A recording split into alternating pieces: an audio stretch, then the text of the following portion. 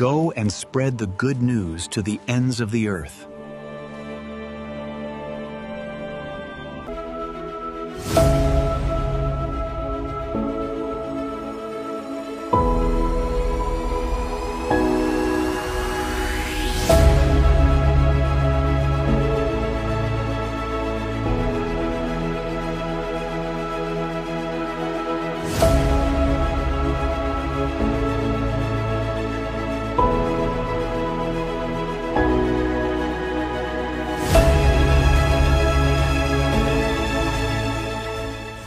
ఆత్మల శాంతి కొరకు ప్రార్థించడానికై వచ్చాం. ఇది ఎంత గొప్ప కార్యం, ఇది ఎంత పుణ్య కార్యం దేవుని యందు ప్రియులారా. మరణంతో అంతా అయిపోయింది, ఇక బంధం తెగిపోయింది అని కాకుండా వారు మరణించినప్పటికీ వారితో మనకు ఒకప్పుడు ప్రేగు బంధం, మరొకప్పుడు ప్రేమ బంధం, ఇప్పుడు ప్రార్థనా బంధంగా మరణించిన వారితో ఇప్పటికీ కూడా మనం బంధము కలిగే ఉన్నాం దేవుని యందు ప్రియులారా. కథోలిక విశ్వాసం మరణించిన వాళ్ళు పాపాత్ములైతే నరకాగ్నికి, పుణ్యాత్ములైతే మోక్షానికి, అయితే ప్రతి పుణ్యాత్ముడు కూడా ఉత్తరించే స్థలము ద్వారా వెళ్ళి తీరాలి, అది తప్పనిసరి అన్నది కథోలిక విశ్వాసం. ఇది dogma, you have to believe. ఇది విశ్వసించకపోతే మనం కథోలికులమే కాదు దేవుని యందు ప్రియులారా. ఈ రోజున ఉత్తరిస్తున్న ఆత్మల గురించి మీకు బోధించడానికి కొన్ని ప్రశ్నలు, కొన్ని సమాధానాల రూపంలో మీ ముందుకు వస్తూ ఉన్నాను. జాగ్రత్తగా ఆలకించండి, ధ్యానించండి, ప్రార్థించండి దేవుని యందు ప్రియులారా. ఎవరో నన్ను ఒక ప్రశ్న అడుగుతున్నారు. ఏంటి అడగండి, ఒక ప్రశ్న ఏంటది? Dear Father, what is death? Can you explain? మరణాన్ని ఏ విధంగా మనం అర్థం చేసుకోగలం? ఏంటంట? What is death? How can we understand death? మరణం అంటే ఏమిటి దేవుని యందు ప్రియులారా? ఎక్కడో పుస్తకాల నుంచో లేదంటే గొప్ప గొప్ప వాక్యాల నుంచో గ్రంథాల నుంచో చెప్పడం లేదు. మన జీవితాల నుంచి, మన జీవిత అనుభవాల నుంచి కొన్ని మాటలు చెప్తున్నాను, ఆలకించండి. ఒక చిన్న కథ, ఒక కథ ద్వారా ఒకానొక ఊరిలో ఒక రాజు ఉన్నాడంట. ఆ రాజు గారికి ఒక గొప్ప ఉద్యానవనం ఉంది, గార్డెన్, ఫ్లవర్ గార్డెన్. దానికి ఒక గార్డెనర్ని నియమించడం జరిగింది దేవుని యందు ప్రియులారా. ఇతనికి రాజుగారికి ఆ యొక్క ఫ్లవర్ గార్డెన్ అంటే చాలా ఇష్టం. ఈ గార్డెనర్ కూడా దాన్ని బాగా ప్రేమిస్తున్నాడు, బాగా ఇష్టపడుతున్నాడు, ఎంతో ప్రేమతో మొక్కలు పెంచుతున్నాడు, పువ్వులను పెంచుతూ ఉన్నాడు. ఒకరోజు పని చేశాడు, పువ్వులన్నీ చక్కగా ఉన్నాయి. మధ్యాహ్నం భోజనానికి వెళ్ళాడంట. వెళ్ళి వచ్చేసరికి, సాయంత్రం వచ్చేసరికి కొన్ని పువ్వులు కనిపించడం లేదు.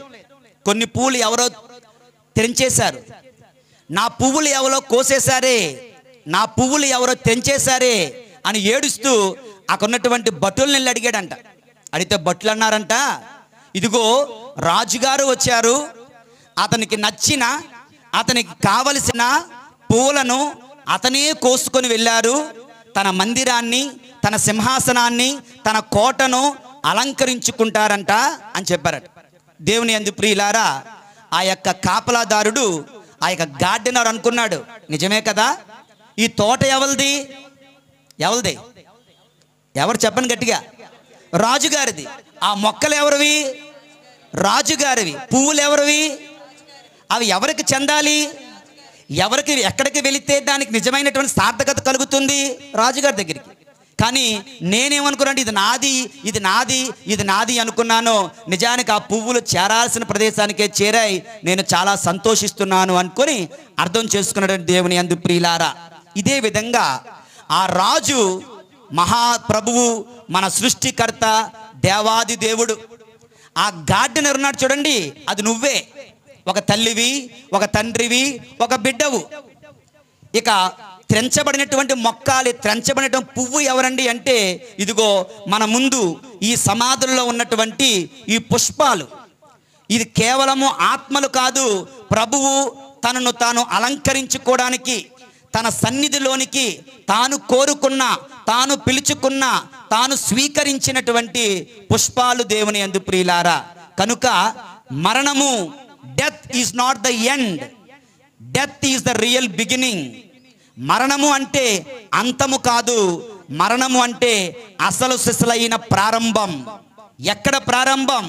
నూతన జీవిత ప్రారంభం, శాశ్వత జీవిత ప్రారంభం, పరలోక జీవిత ప్రారంభం, దేవునితో జీవితం ప్రారంభం. దేవుని యందు ప్రియమైన సహోదరి సహోదరులారా, this is what death means. మరణం అంటే ఏంటో అర్థమైందా? హలో, వింటున్నారా అందరూ? మీరు క్రొవ్వు తెలిగిస్తే అక్కడ ఆత్మలు సంతోషించరు. మీరు ఊదు తెలిగిస్తే అక్కడ నీ యొక్క తల్లో తండ్రో సంతోషించరు. నువ్వు వాక్యాన్ని వింటే, నువ్వు శ్రద్ధతో ఉంటే, నువ్వు ప్రార్థన చేస్తే ఆ ఆత్మ శాంతిస్తుంది, ఆ ఆత్మకు లబ్ధి కలుగుతుంది. దేవుని యందు ప్రియమైన సహోదరి సహోదరులారా, ఇది మరణము అంటే ఒకటి. రెండవది, ఇంకెవరికైనా ప్రశ్నలు ఉన్నాయా? Father, what is purgatory? ఉత్తరించు స్థలం అంటే ఏమిటి? ఏంటట? What is పర్గటరీ? ఉత్తరించు స్థలము అంటే ఏమిటి? ప్రియమైనటువంటి సహోదరి సహోదరులారా, ఇప్పుడు ఉత్తరి స్థలం గురించి ఒకసారి మనం ధ్యానం చేద్దాం. మన జీవిత హ్యూమన్ ఎక్స్పీరియన్స్ నుంచి వచ్చినటువంటి ఒక అనుభవం. ఒక పెళ్లి కుదిరింది. ఏం కుదిరింది?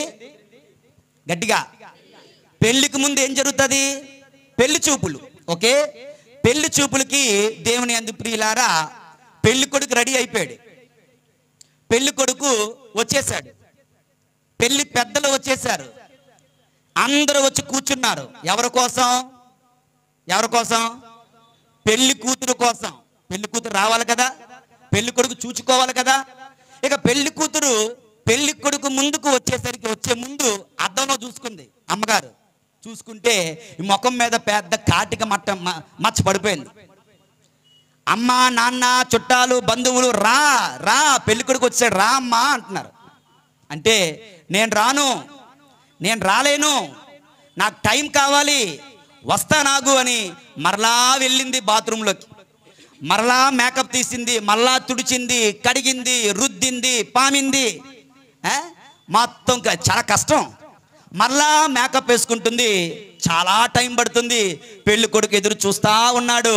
పెళ్లి కొడుకు పెళ్లి కూతురిని రమ్మంటున్నాడు, కానీ పెళ్లి కూతురే తనకు తానుగా స్వయముగా రాలేను, ఇంకా సమయం లేదు, నేను సిద్ధపడలేదు, నేను అందంగా ఉండాలి, నేను యోగ్యముగా ఉండాలి, నాకు అర్హత ఉండాలి, నన్ను చూచిన వెంటనే నా ప్రియుడు, నా నాదుడు, నా భర్త నన్ను అంగీకరించే విధంగా నేను సిద్ధపడతాను, అప్పటి వరకు నేను రాను, ఆయన ముందు నిలవలేను అంటూ పెళ్లి కూతురు తనకు తానుగా ఒక అడుగు వెనక్కి వేసి సిద్ధపడుతుంది. దేవుని యందు ప్రియులారా, మీకు అర్థమై ఉంటుంది. పర్గటరీ, ఉత్తరించు స్థలము అంటే ప్రియమైన సహోదరి సహోదరులారా, ఈ సమాధుల్లో ఉన్నటువంటి ఆత్మలు, ఇదిగో ఆ పెండ్లి కొడుకు యేసు ప్రభు, ఆ పెండ్లి కుమారుడు యేసుక్రీస్తు, ఆయన అంటున్నాడు, ఇదిగో నా ప్రియమైన ఆత్మమా రమ్ము అంటే, ప్రభువా నేను రాలేను. ఎందుకని? నా జీవితంలో 60, 70, 80 సంవత్సరాల జీవితంలో ఎన్నెన్ని పాపాలు కట్టుకున్నానో తెలుసా? నా ఒంటి నిండా, నా ఆత్మ నిండా, నా జీవితం నిండా పాపాలే పాపాలే పాపాలే, పాప మలినాలే. ఈ పాప మలినాలతో నేను నీ ముందు రాగలనా? నేను రాలేను తండ్రి. నేను శుద్ధీకరింపబడి, శుద్ధి చేసుకొని, ఈ శిక్షణ అనుభవించి, ఈ అగ్నిలో కాలి, ఈ అగ్నిలో శుద్ధీకరింపబడిన తర్వాత అప్పుడు నేను వస్తాను అంటూ వాళ్ళుగా ప్రియమైన సహోదరి సహోదరులారా శుద్ధీకరించుకుంటున్నారు. చూడండి, ఆ పెళ్లి కూతురు బాత్రూమ్కి వెళ్ళి మేకప్ మళ్ళీ వేసుకుంటున్నట్లుగా ఆ విధంగా ఇదిగో ప్రియమైన సహోదరి సహోదరులారా, యేసు ప్రభు రాక కొరకు, యేసు ప్రభువుని ముందు నిలబడడం కొరకు ఈ ఆత్మలు సిద్ధపడే స్థలమే ఉత్తరించు స్థలము, పర్గటరీ. ప్రియమైనటువంటి సహోదరి సహోదరులారా, అర్థమైందా? డౌట్ తీరిందా? Any other doubts? Father, why is purgatory? Is it so much needed? ఉత్తరించు స్థలం ఎందుకు? అది అంత అవసరమా? ఉత్తరించు స్థలం ఎందుకు అవసరమా? చెప్పండి మీరు, అవసరమా? One more life experience example. ఒక తల్లి తెల్లవారినే పిల్లని శుభ్రంగా స్నానం చేయించింది. ఓకే, మేకప్ వేసింది, తర్వాత యూనిఫామ్ డ్రెస్ వేసింది, సెయింట్ యాన్స్ స్కూల్కి పంపించింది. ఎక్కడికి? సెయింట్ యాన్స్ స్కూల్కి పంపించింది. ఓకే, ఎందుకంటే చాలా స్ట్రిక్ట్గా ఉంటారు, నీట్గా ఉండాలి కనుక. సో మన ఈ యొక్క పాప స్కూల్కి వెళ్ళింది, స్కూల్లో బాగా చదువుకుంది, ఇంటర్వెల్లో బాగా ఆటలాడింది, మధ్యలో వర్షం పడింది. తిరిగి పిల్ల సాయంత్రం ఇంటికి వచ్చే సమయానికి మైదానానికి గ్రౌండ్కి వెళ్ళింది. ఓకే, ఆటలాడింది, ఒళ్ళంతా మురికి చేసుకుంది. ఉదయం కొత్త పెళ్లి కూతురులాగా వెళ్ళిన పిల్ల సాయంత్రం చిన్న పంది పిల్లలా తయారై వచ్చింది. ఉదయం ఎలాగెళ్ళింది? పెళ్లి కూతురులాగా వెళ్ళింది. చిన్న పెళ్లి కూతురు అదేదో ఉందిగా సీరియల్, చిన్నారి పెళ్లి కూతురులాగా వెళ్ళిన పిల్ల ఎలాగొచ్చింది? చిన్న పంది పిల్లలాగా వచ్చింది. తల చెరిగిపోయింది, బొట్టు చెరిగిపోయింది, పౌడర్ చెరిగిపోయింది, బట్టలు మాసిపోయాయి, బూట్లు చిరిగిపోయాయి, పుస్తకాలు చెరిగిపోయాయి. ఇంకా అది ఇది కాదు, ఇక ఇంటికి వచ్చి నిల్చుంది సాయంత్రం 6 అయితే. దేవుని యందు ప్రియులారా, ఇక తల్లి ఒక ప్రక్క ప్రేమ, నా ప్రియమైన బిడ్డ, ఇంకో పక్క కోపం, నేను ఎలా పంపించాను, నువ్వు ఎలాగొచ్చావు. కనుక ప్రియమైన సహోదరి సహోదరుడా, సరే ఫుల్ ప్రేమతో సర్లే అమ్మ రా అమ్మ అంటూ ఆ పిల్లని సరాసరి ఎత్తుకొని డైనింగ్ హాల్లో కూర్చోబెడుతుందా, లేదా బెడ్రూమ్లో మంచం మీద పడుకోబెడుతుందా? నో, నువ్వు నా పిల్లవే, నువ్వు నా కూతురువే, నువ్వంటే నాకు ప్రేమ, కానీ ఆ మురికి నాకొద్దు, ఆ చెత్త నాకొద్దు, ఆ దరిద్రం నాకొద్దు. నువ్వు శుద్ధీకరింపబడాలి. షూస్ బయటే విప్పు, సాక్షులు బయటే విప్పు, అసలు బట్టలు బయటే విప్పు, శుభ్రంగా స్నానం చేయి, అప్పుడు ఇంట్లోకి రా. అప్పుడు వరకు ఇంట్లోకి వచ్చావో ఏమవుతుంది? కాళ్ళు ఇరుగుతాయి అంటారు కదా దేవుని యందు ప్రియులారా. కనుక ఒక ప్రక్క పాపము చేసింది, తప్పు చేసింది, మురికైపోయింది అని తోసేయలేదు తల్లి. అలాగని నా కూతురే కదా పర్వాలేదులే, మురికైతే అయ్యిందిలే అని తీసుకోలేదు. దేవుని యందు ప్రియులారా, there is a dichotomy between the goodness and the justice, the goodness of God, the love of God and the justice of God. ప్రియమైన సహోదరి సహోదరుడా, గుడ్నెస్ ఆఫ్ గాడ్ మనల్ని నరకంలోనికి తోసేయలేరు ప్రభు అయిన దేవుడు. ద జస్టిస్ ఆఫ్ గాడ్, నువ్వు చేసిన పాపాలకు నువ్వు ప్రాయశ్చిత్తం చేయాల్సిందే, చేసి తీరాల్సిందే. చెయ్యకుండా నువ్వు మోక్ష రాజ్యంలో అడుగు పెట్టలేవు.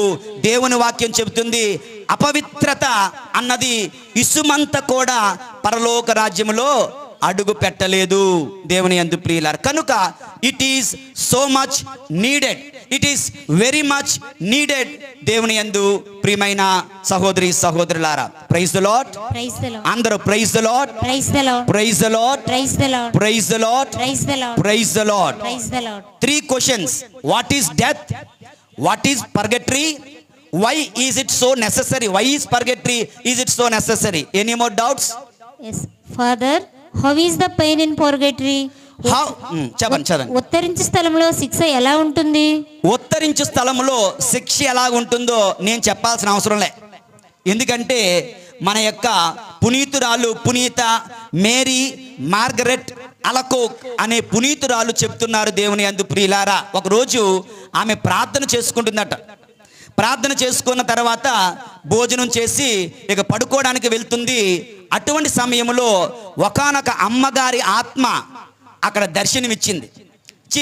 అమ్మా మేరీ మార్గరెట్ అలకోక్ అమ్మగారు ఏం చేస్తున్నారు అంటే, నేను పడుకోవడానికి వెళ్తున్నాను. అబ్బా హాయిగా మంచం మీద పడుకుంటున్నావా? నా బాధ ఏంటో తెలుసా, నా కష్టం ఏంటో తెలుసా, నా బాధ ఎలాగుంటుందో తెలుసా, నా మంచం ఎలాగుంటుందో తెలుసా, చూస్తావా అంటూ ఆమె యొక్క మేరీ మార్గరెట్ అలకోక్ అమ్మగారిని చెయ్యి పట్టుకొని ఉత్తరి స్థలానికి దర్శనంలో తీసుకుని వెళ్ళారట. దేవుని యందు ప్రియులారా, అక్కడ చూపించారు, ఇదిగో నా మంచం. ఆ మంచం ఎలా ఉందంటే భయంకరమైనటువంటి అగ్ని జ్వాలలతో నిండి ఉంది. ఆ మంచం పరుపు కాదు, మంచం ప్లాంక్ కాదు, మేకులతో సూది శూలాలతో ఆ మంచం ఏర్పాటు చేయబడింది. అంది మీద వీళ్ళని పెట్టగా అందులోనికి వాళ్ళు శరీరంలోంచి అది చొచ్చుకొని వస్తుంది. తీవ్రమైన వేదన వారు అనుభవిస్తున్నారంటే దేవుని యందు ప్రియులారా, ఇలా వారు కష్టాలు పడుతున్నారు, ఎంత భయంకరమైన వేదన అనుభవిస్తున్నారు అంటూ ఆ అమ్మగారు ఈ యొక్క మేరీ మార్గరెట్ అలకోక్ అమ్మగారికి ఎవరైతే యేసు తిరుహృదయాన్ని కల్లారా చూచారో ఆ అమ్మగారికి సాక్ష్యం పలికారంట. దేవుని యందు ప్రియులారా, the pains in the purgatory are just equal to hell. నరకముతో సమానంగా ఉంటాయి. ఎందుకంటే దేవుని న్యాయం అంత ఘోరమైనది, భయంకరమైనది కూడా. ఆయన ప్రేమ ఎంత గొప్పదో ఆయన న్యాయము కూడా అంత గొప్పదే. కనుక ఇదిగో నువ్వు ఎవరి దగ్గర అయితే, ఎవరి పక్కనైతే, ఎవరి సమాజ దగ్గర అయితే ఉన్నావో, నువ్వు హాయిగా ఉన్నావేమో, కొత్త బట్టలు వేసుకొని ఉన్నావేమో, సుఖంగా ఉన్నావేమో, చక్కగా భుజిస్తున్నావేమో, ఆనందంగా ఉన్నావేమో, నీకు జన్మనిచ్చిన నీ తల్లి, నీకు జన్మనిచ్చిన నీ తండ్రి, నీకు ప్రాణం పోసిన నీ అన్న, తమ్ముడు, సహోదరుడు ఇదిగో ఉత్తని స్థలంలో కేకలు పెడుతున్నారు, ఆవేదన పడుతున్నారు, ఏడుస్తున్నారు, తొంగి చూస్తున్నారు, అర్థిస్తున్నారు. మాకు సహాయం చేయండి, మాకు సహాయం చేయండి, మమ్మ మరిచిపోవద్దు, మమ్మ మరిచిపోవద్దు. దేవుని యందు ప్రియులారా, ఇప్పుడు చెప్పండి, సమాజానికి వచ్చి నువ్వు ఫోన్ మాట్లాడగలవా? ఈ సమాజ స్థలంలో జోకులు వేసుకోగలవా? ఈ సమాజ స్థలంలో నవ్వుకోగలవా? ఈ సమాజ స్థలంలో దేని కొరకైనా ఆలోచించగలవా? అలా ఆలోచిస్తే నీకు మనసే లేదు. అలా ఆలోచిస్తే, అలా చేస్తే నువ్వు గుడ్డిదానివి, నువ్వు గుడ్డివాడివి. ఇక్కడ ఏం జరుగుతుందో, ఇక్కడ ఎవరున్నారో, వాళ్ళ పరిస్థితి ఏంటో కూడా నువ్వు తెలియని కన్నులుండి గుడ్డివాడిగా, చెవులుండి చెవిటివాడిగా నువ్వు ఉంటున్నావు ప్రియమైన సహోదరుడా, సహోదరి.